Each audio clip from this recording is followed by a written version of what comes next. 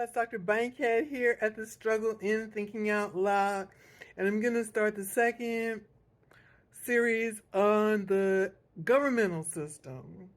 Why did I choose the governmental system?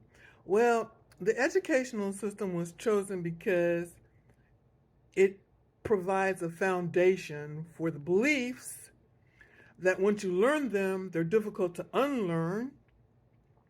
And the government has the overarching governance power to determine what the educational system is offering, as well as controlling so many other things that have to do with our individual lives.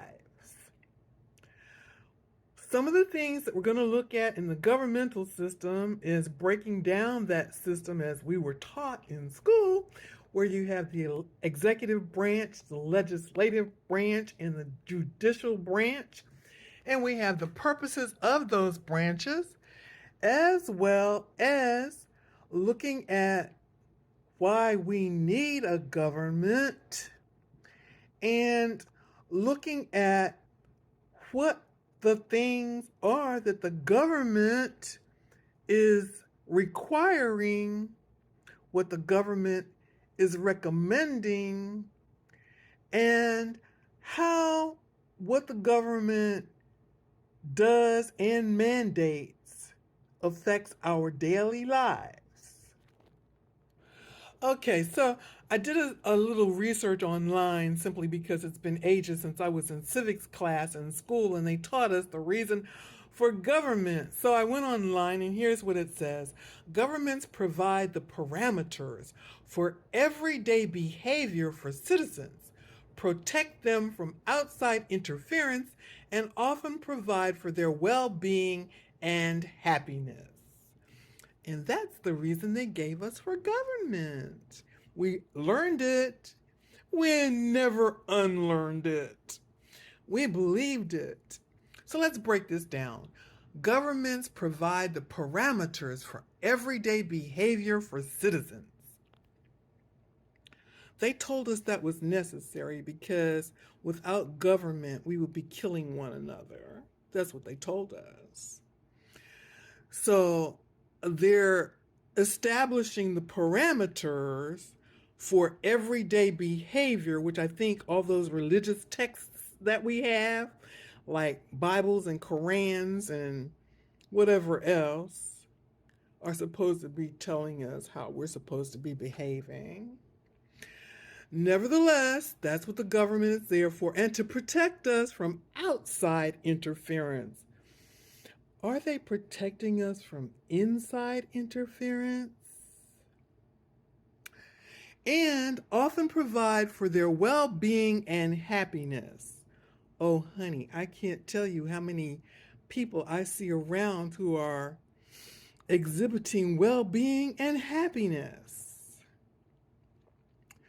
Nevertheless, we have our governments and they have their rules and they promulgate their rules and regulations, and we are expected, required to abide by them as law-abiding citizens, and our failure to do so can result in us being detained by law officials.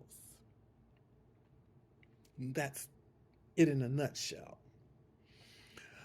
So, as with these rules and responsibilities, these rules are generally promulgated by the legislative branch of the government. The legislators are the ones that make the laws and pass the laws. President is the executive branch, and he signs the laws.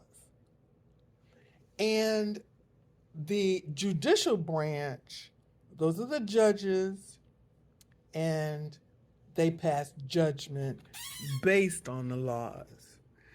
So I want to initially start off by addressing the law, and that will be covered under the legal system, but it kind of fits in with the governmental system as well, since you got the legislators passing laws.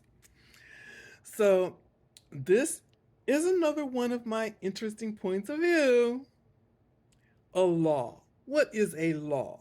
A law is actually an opinion that someone has had, and they think it's a very good opinion.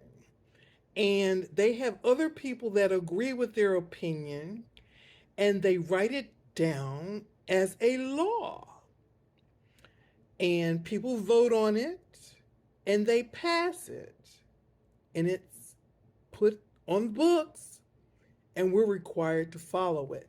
Now, there is some notion that laws are based on the Bible in the United States of America, because the United States is said to be a Christian country. So, the laws cover all kinds of things from all kinds of centuries. For example, there's laws about having alligators in your kitchen, you know, laws about having horses in your living room, and they still are on the books today. Anyway, this is Dr. Bankhead at the Struggle Inn. You don't ever have to agree with me. Open your eyes. Have a great day. Dr. Bankhead at the Struggle Inn, thinking out loud.